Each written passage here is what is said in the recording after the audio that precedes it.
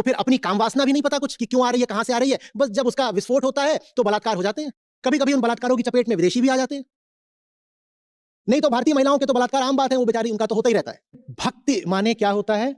I love you, भूलिएगा नहीं। भक्ति माने आई लव यू। कैसे आई लव यू बोल दोगे अगर आई का पता नहीं है? अगर आई का पता नहीं है तो आई लव यू कैसे बोल रहे हो? मैं भक्तों से प्रश्न कर रहा हूं। भक्ति के लिए भी फिर क्या आवश्यक है? ज्ञान। और आई का ज्ञान माने आत्मज्ञान। तुम कौन सी भक्ति कर रहे हो जिसमें बस ऐसे सर झुकाया जाता है बिना जाने कि सर माने क्या? तुम कौन सी भक्ति कर रहे हो जिसमें बस आई लव यू बोला जाता है बिना जाने कि आई माने क्या? भक्ति मार्ग प्रेम मार्ग होता है ना। और प्रेम माने मुझे प्रेम है। मुझे प्रेम है माने किससे प्रेम है? वो तो हम साफ जानते ही नहीं, क्योंकि जानना तो वर्जित है। खासकर स्वयं को जानना तो बिल्कुल वर्जित है। जब स्वयं को जानना वर्जित है तो फिर अपनी काम वासना भी नहीं पता कुछ कि क्यों आ रही है, कहां से आ रही है। बस जब उसका विस्फोट होता है तो बलात्कार हो जाते हैं। कभी कभी उन बलात्कारों की चपेट में विदेशी भी आ जाते हैं। नहीं तो भारतीय महिलाओं के तो बलात्कार आम बात है, वो बेचारी, उनका तो होता ही रहता है।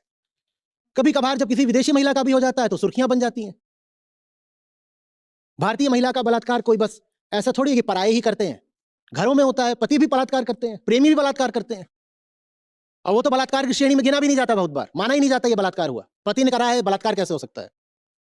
पति पत्नी के संबंध में बलात्कार थोड़ी होता है भाई, वो खुला बलात्कार है। और वो इसलिए हो रहा है क्योंकि पति स्वयं नहीं जानता कि उसकी वासना का स्रोत क्या है।